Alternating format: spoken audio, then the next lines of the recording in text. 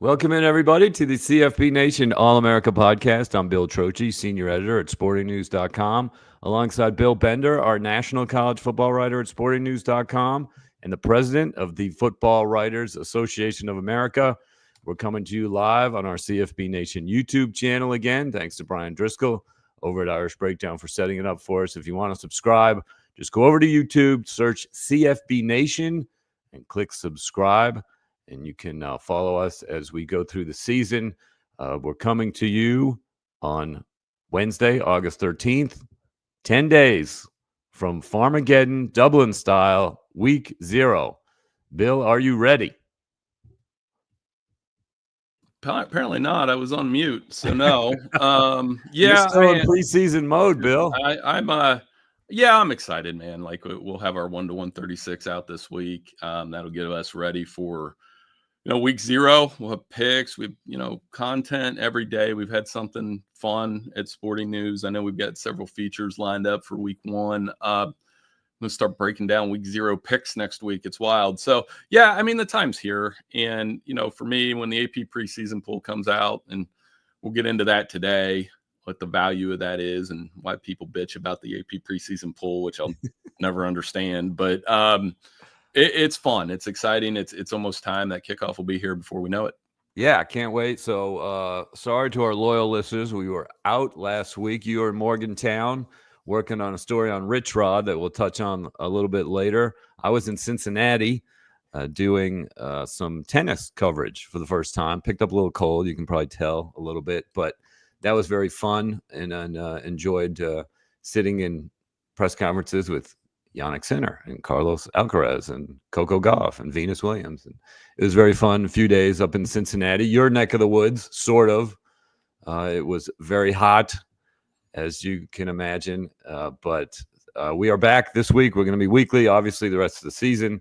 Possibly 2 shows a week. We haven't nailed that down yet, what we're doing. But we're happy to be back. Before we get into our topics for today, which is the Sporting News All-America team, which came out last week. Like you said, preseason polls, the 136, and your visit with Rich Rod. I want to start us off with some Trocchi trivia, and this is a good one. I'm happy with it. Took a little research. Are you ready? It's in honor of the AP preseason top 25. There have been 8 teams ranked in the AP preseason top 25 the last 5 seasons. Who are they?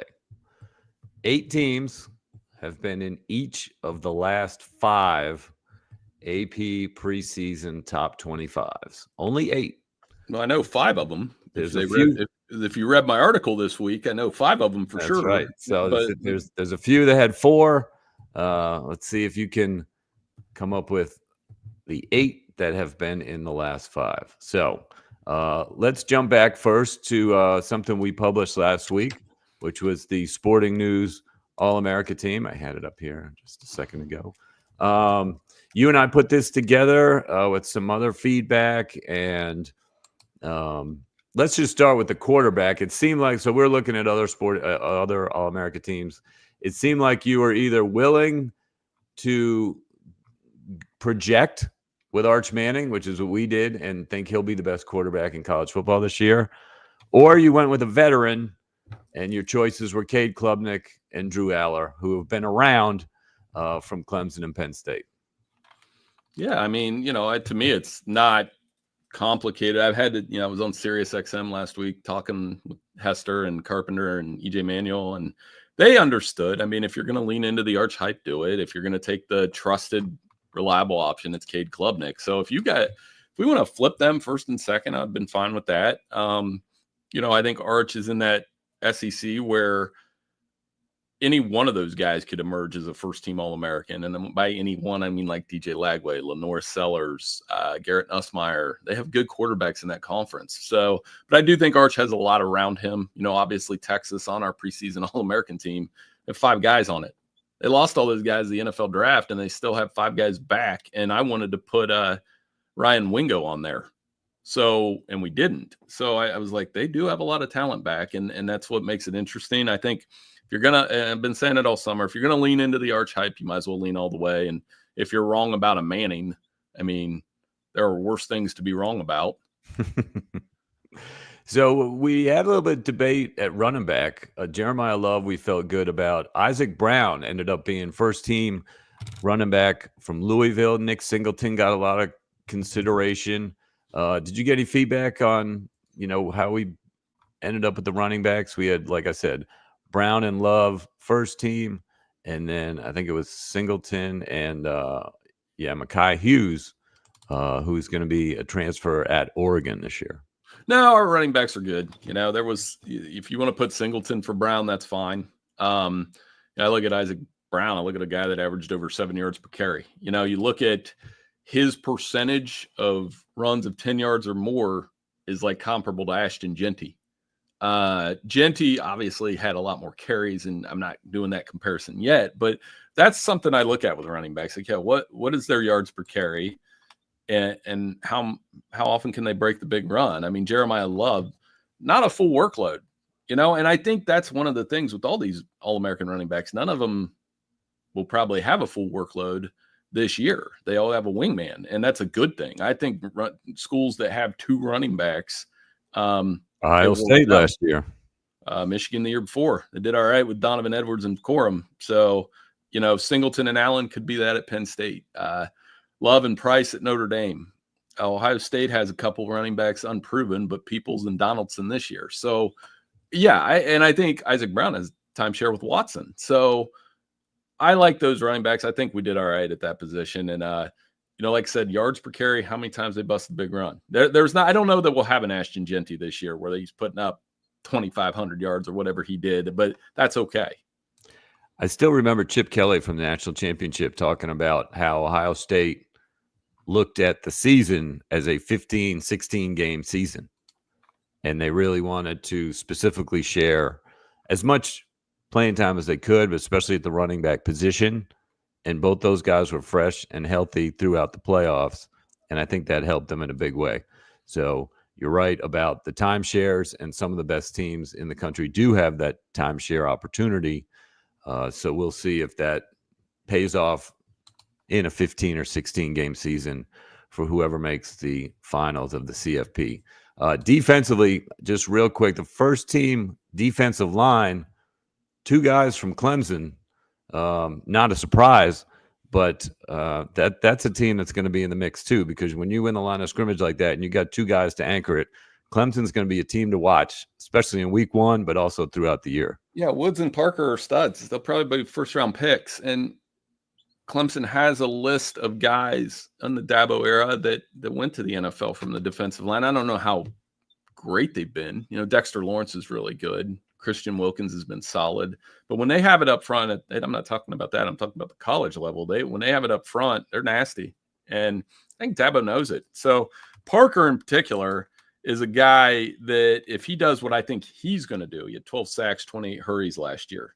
That's another stat we need to trademark. Is for me, I look at when I go on Pro Football Focus and look at these edge rushers, I look at sacks, hurries, hits, and they need to come up with a name for you combine all three of those, and there's your dude.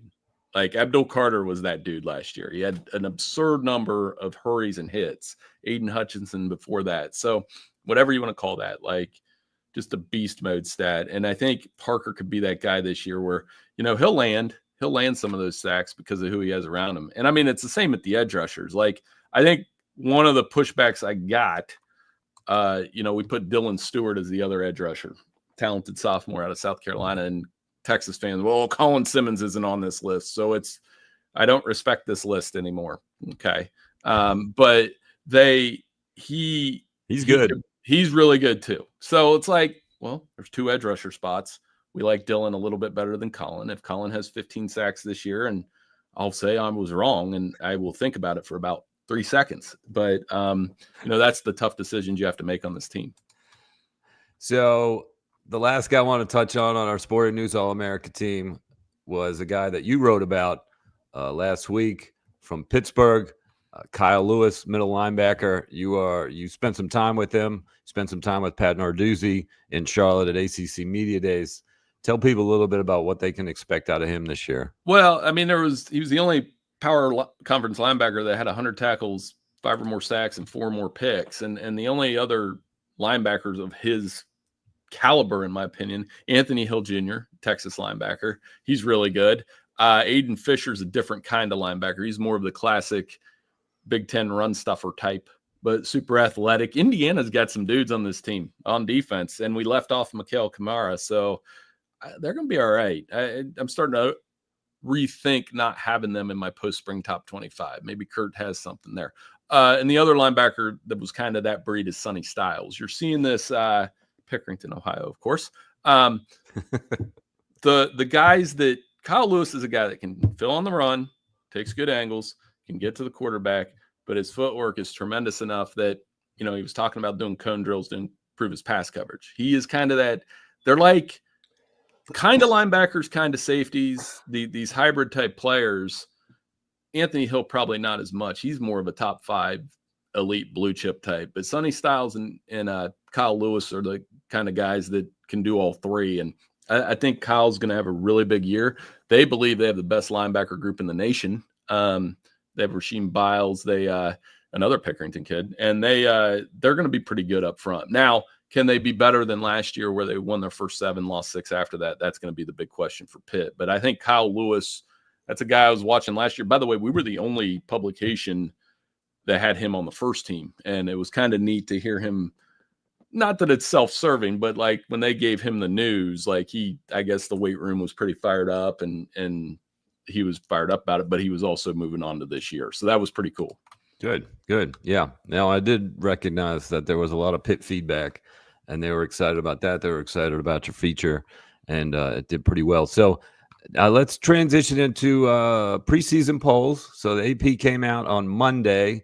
You and Mike DeCourcy both wrote stories about it. It's been bubbling up. The Big 12, of course, got rid of their preseason poll last year, I think. Is that right? Big 10 never does a preseason poll.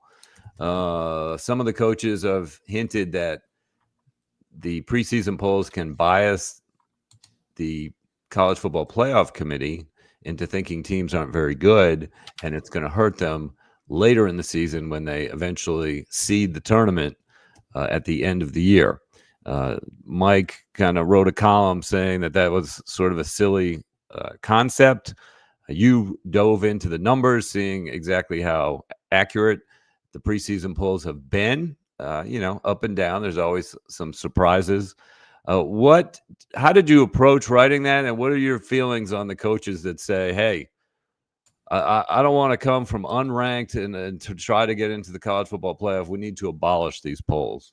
No, that's dumb. Like, I think why? Like, so we spent like 4 teams last year made the CFP who were unranked in the preseason. We'll just start there. But that's fine because we're letting 12 teams in. Well, that's what I mean. It's like who cares? It didn't affect anything. No, did Indiana's playoff ranking? No, they came out. That's good stories. I think where the AP, and I think David Hale, we just talked to him a few weeks ago. He had a couple stats about this up too. What was that stat I put in there? So like basically 52% of the teams the last 5 years that have been ranked in the preseason pool end up ranked in the final pool. And you could say, well, that's a crapshoot. You're just throwing darts. You're really not. Like, we know who the top 10 teams are. And I think where the AP pool is dicey, and I'll be honest, when I do Sporting News preseason top 25, 16 to 25 is always dicey because you do base it some on, okay, how did they do last year? Like, we have Louisville ranked, but I looked at it and I'm like, Georgia Tech maybe should be ranked. If Georgia Tech goes and wins the ACC and gets a playoff berth, we're gonna be like, oh, we didn't see that coming. We kind of did though. That's why I like doing that 1 to 136 that we have coming because here's a stat to back up exactly what you're saying. I think it was Brett McMurphy put it out. I think it was 29 of the last 31 years an unranked team is finished in the top 10. And I think Tech is a good candidate for that this year. Oh, for sure. And SMU last year, we didn't really see it. We kind of said, okay, they could be good in the ACC, but traditionally it's tough to move up in that Power 4. That has not gone well, generally speaking, but it did for them. But I'm going to be honest, like I was having this discussion with you and Elliot, our managing editor, that I don't care who falls in and out of it. Like, it's Right. fun. It's fun. It's a good baseline for me. It also makes games more exciting for me, seeing a number next to the name. Like, what do we all, if we didn't have an AP poll, then people wouldn't be getting jacked up about week 1 saying, oh, we have 3 top 10 matchups. Don't have an AP poll, less interest in that. I'm telling you, they'll be like, well, what is Miami? And then they're just schools. A school with a number next to the name, it means a little bit more. Ohio State, Texas, you got 1 versus 3. Miami and Notre Dame, that's top 10 matchup. Clemson, LSU, Battle for Death Valley, top 10 matchup. It adds to it, in my opinion. And I don't question. care. And go ahead. No, the argument that you hear sometimes is, well, we got to wait. Should be 6 weeks till we do a poll, or 8 weeks till we do a poll, or whatever. Guess what? The first CFP poll that usually comes out early November, first week of November, is very close to the AP poll that's that week in the first week of November. So things do shake out eventually. You know what I mean? It's like there's no reason. It's not like it's dramatically different than the AP poll when it comes out in the first week of August. There's a handful of things that are a little bit different, but like that argument that we should delay the first AP poll because we don't know anything about the teams, it doesn't make any sense. And here's another thing. If you're saying the polls are meaningless, you're basically saying sports writers suck. Like, and I hate that. Like, I know Dave Briggs at the Toledo Blade, and he votes on the AP every week. And he will even text me on Saturdays if he's missing something, or we'll discuss some teams. And Dave does a fantastic job covering the sport. He's in Ohio. He does MAC. He follows the MAC, which some people don't do. And Toledo finished, they're like the 36th ranked team right now. And, so I think guys like Dave do a great job, is what I'm trying to tell you. Guys that cover the sport, some people say, well, they only cover one conference. Well, how many people, I'll be honest, how many people can actually watch 136 teams on a Saturday? You can't. You do the best you can. That's a dirty secret too. And that's why it's a poll. Yeah. So I think the way I look at it is it gets the top 10 right most of the time. And it makes it more exciting. That trivia question that you're going to have at the end. No, let's look at Notre Dame. It eliminates stereotypes in some ways, because I did look at Notre Dame the last 5 years. Where did you start? Where did you finish? They actually do okay. They're one of those schools. Texas A&M, not so much, but Notre Dame does a good job. Like, you can't, I think it just lets people say this team's always overrated. Well, what is your standard of overrated? Does Notre Dame have to win the national title every year? Like, so again, I like doing polls. I sat down Monday and ranked 136 teams. I'm going to get some crap about a couple teams inevitably. It's really hard to do, but you stack them up the best you can. You have fun with it. And if you're wrong on some teams, you own it later. So I don't see what the problem is. And do people want the preseason top 25 to be as accurate to the point where, like, there's no surprises? Like, that's the whole point of college football, is it's fun to see teams that are unranked make it through. Last year was a fun year. 4 teams made the playoff from outside the top preseason top 25. Let's talk about Penn State, right? Number 2 in the country. And people will say, we've talked about Penn State all summer. And the last time they were number 1 in the country, 1997, unbelievable team, by the way. You had LeVar Arrington, you had Courtney Brown. They ended up losing 3 of their last 5 games. So how do you wear that number 1? You talk about it here at Ohio State, at Georgia, at places like that, Ohio State, Georgia, they're used to wearing number 1. How's a team that like Penn State hadn't worn number 2 in a while? Yeah. How does Clemson handle a top 5 ranking? We just talked about Clemson and what they have coming back. Texas, hell, they've never been number 1 in the top 25, correct? So preseason, preseason, they've been number 1 at one point. I know that, and they haven't won a national title in 20 years. How do they handle it? I love the pools. So, and I go back and forth with Elliot, our boss, and I respect his opinion, but he's just wrong. So, I mean, it is what it is. Here's some funny research that I did. So I looked, you did a good job in January, looking at the way too early composite top 25. Okay. You looked at 12 polls out there, Bleacher Report, Athletic, USA Today, et cetera, et cetera. 12 polls, came up with a composite January top 25. I then looked at the AP preseason top 25 in August. Okay. Mm-hmm. Here are the results. 22 of the 25 teams from January are in the August preseason top 25. 13 of them are within 2 spots of where they were in January, and 21 of the 25 were within 4 spots. So when you hear people say, "Oh, you can't rank these teams in January," yada yada yada, Right. they actually, that composite really does set the tone for the summer. And teams that really dropped, basically, if you lost your starting quarterback, like BYU, like Tennessee, they dropped considerably from January to August. Everyone else basically stayed the same. And we had, so like there was probably some, without looking at your research, which exactly BYU and Tennessee dropped. Texas Tech kind of got some buzz, right? Texas Tech jumped in. Oklahoma got because a new of quarterback. Mateer, and Jumped then up. Yeah. So, and I was lower on Indiana then, but now I'm like rethinking that because I'm like, I could see why we're ranking Indiana. I'm okay with that, which they actually were exact. They were 20 in January. They're 20 in August. Who was the other team that moved in? So BYU dropped out. Louisville dropped out, but they were 23. Right. And UNLV dropped out. They were 25. So that, okay. That's not a big drop, obviously. Boise moved in at 25. Not big deal. Texas Tech moved into 23. And then Oklahoma moved in at 18. Because of Mateer and Mateer buzz and all that kind of thing. Yeah. So that's, again, that's what are we talking about, Bill? Then we're talking about 16 to 25. Yeah. And then the only other thing we target in the polls is schools that we think overrated. If you go in that article that I looked at, we tried to find like schools that pretty much stayed the same. I was talking about Notre Dame, Michigan, Iowa. Iowa is scary. Like, I think we rank them correctly every year. Teams we don't rank correctly that have not lived up to it. USC. I mentioned USC. I mentioned Texas A&M, LSU. Those are the 3. So if you want to say the AP pool is terrible, you're talking about the Trojans, the Aggies, and LSU, which is a little bit of a surprise. One of our listeners here, Jay Henry, I like Illinois' ranking.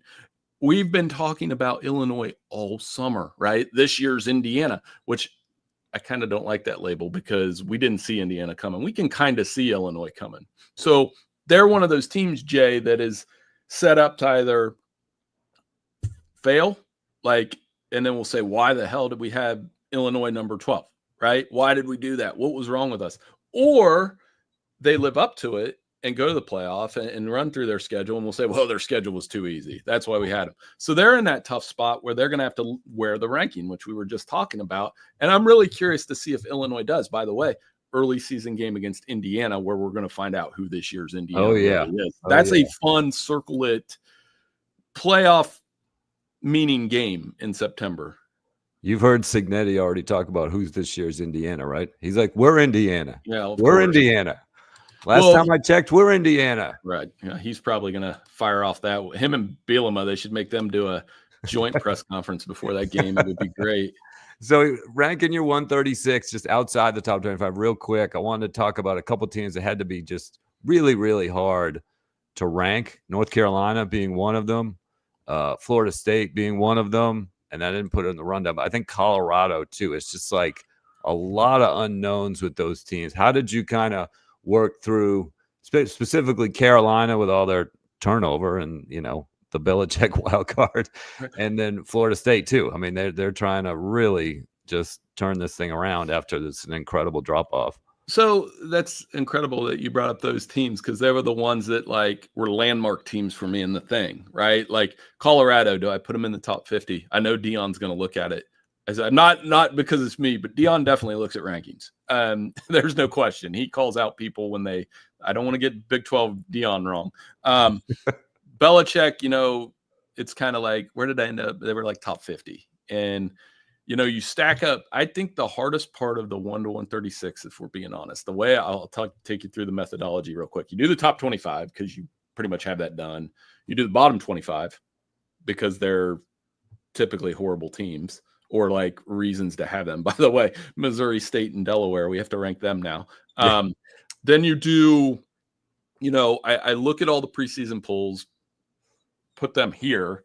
So it's like, I'm not just going straight off the preseason poll, but I'm gauging teams, like, okay, this is where they have them. The hardest part to do to me is 26, no, not even 20, like 50 to 75. Because 26 to 50 are those teams that are kind of receiving votes. We were arguing a little bit back and forth about Vandy. Vandy not receiving votes, despite maybe you need to get on the AP poll and give them a vote. They didn't get any votes, but they'll be in that top 50 range. So North Carolina, tough to rank. Colorado, tough to rank. West Virginia, tough to rank, knowing that incredible turnover as well. They have 74 transfers. I was told this last Friday in Morgantown. Like, I'm saying this in a nice way. Like, I don't think Rich Rod knows his entire roster right now, because he's getting to know the roster and getting to know the players. So it'll be interesting to see how they do. But there were a couple lightning rod teams like that. I think Boston College was tough to rank because I like Bill O'Brien a lot. And you kind of look at it that way. And then those group of 5 schools, Navy, Tulane. How high do you go on Boise? We don't have Boise in our top 25. We have them right out. By the way, a good week 1 game. Boise State South Florida on Thursday night in week 1. So the first ranked team to play this year is going to be the Broncos in that ridiculous humid South Florida heat. And that line's moved down about 4 points. That Thursday's sort of loaded because Nebraska's playing Cincinnati at Arrowhead Stadium too. I know. It's great. So Dylan Raiola gets to really pretend like he's Patrick Mahomes by playing in Patrick Mahomes Stadium. Yes, and that our first upset alert of the season could be South Florida, Boise State in that second half. I'm telling you, that's going to be a game. So it'll be fun. That's going to be good. All right, so I wanted to tease a little bit before I give you the answer to the Trocchi trivia question. The story that you're working on with West Virginia. You went down to Morgantown. Tell us about that trip, who you spent some time with, and some of your takeaways on what is going to be like one of the interesting storylines this season, that Rich Rod is going back home where he enjoyed the most success he's ever enjoyed. He's had a few stops in between, 3 stops to be exact. And now he is back, and college football has really changed.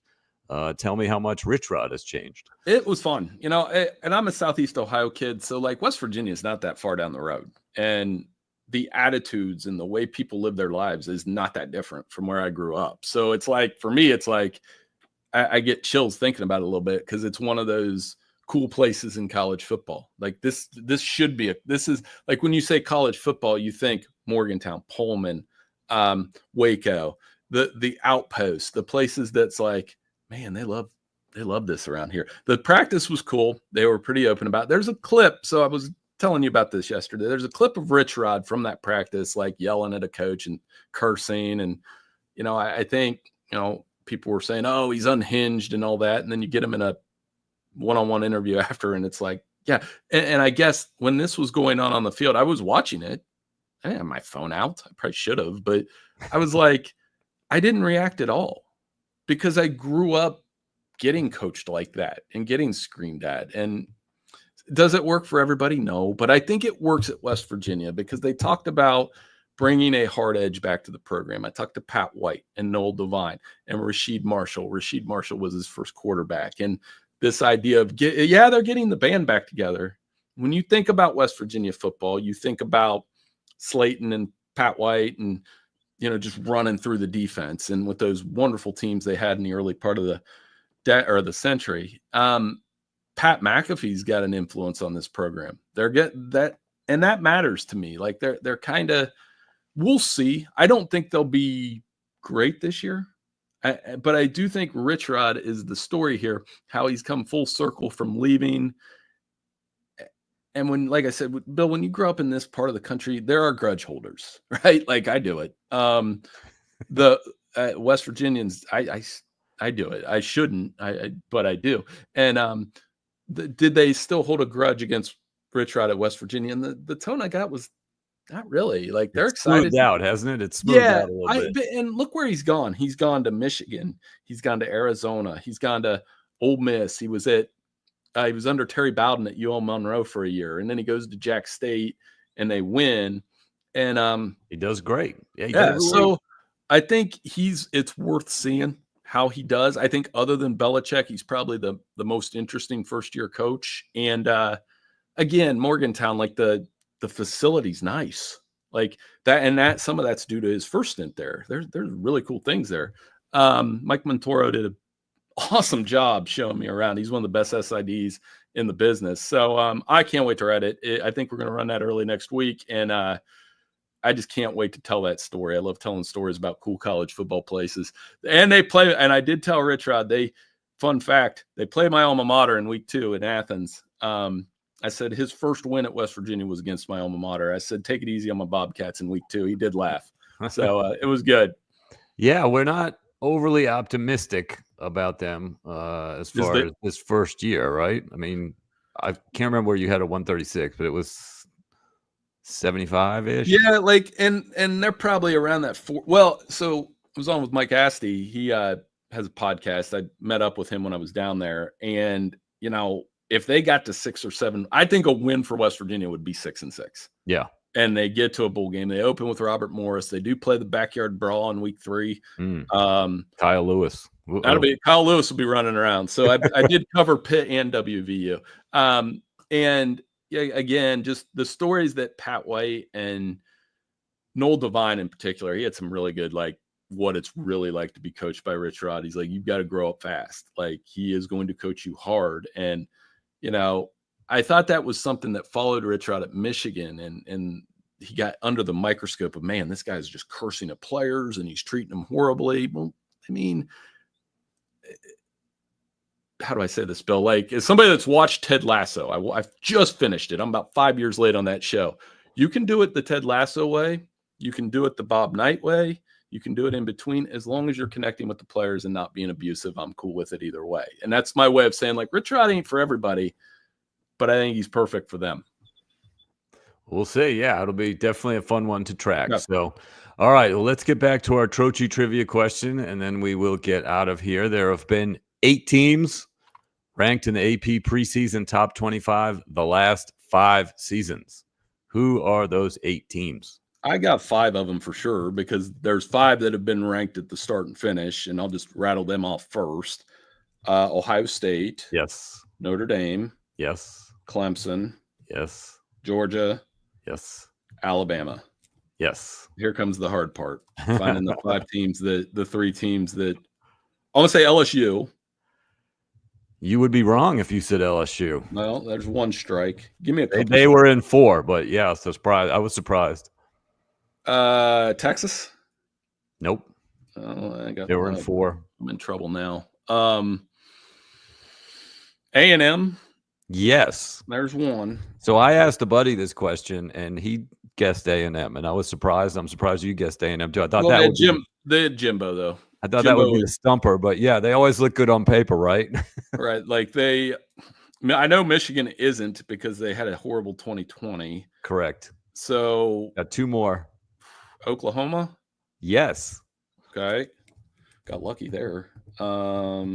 Despite their little struggles, they are another team that's been looking good in the preseason. They, like I said, they jumped in to 18 after they got Mateer this year. They keep the streak alive. Surprised LSU isn't, because they were coming off that. Well, I guess they had a bad 2020. Can you give me a conference? I'm going to take one lifeline. Big Ten. Really? USC? No. But you're on the right track. Former Pac-12 school. Oregon. So it's Oregon. Yeah, that's Oregon, right? Oregon Ducks. Of course. That's a bad miss by me. 8th team. So that was the 8. We'll run them down one more time. It's Ohio State, Clemson, Georgia, Notre Dame, Oregon, Alabama, Oklahoma, Texas A&M. So. Why did I think Oregon had a blip in there? But no, that makes sense. All of those, and those are all teams that they're not overrated. They're not underrated. 5 years running. Yep. They're rated. That's how you they're just rated. That's right. So, all right. Well, thank you to everyone for listening to the CFB Nation All-America podcast on Spotify and Apple Podcasts and watching. We got a good group here on YouTube this week. So thank you to Irish Breakdown, your source for Notre Dame football information. Enjoy the rest of your day, and we will see you soon.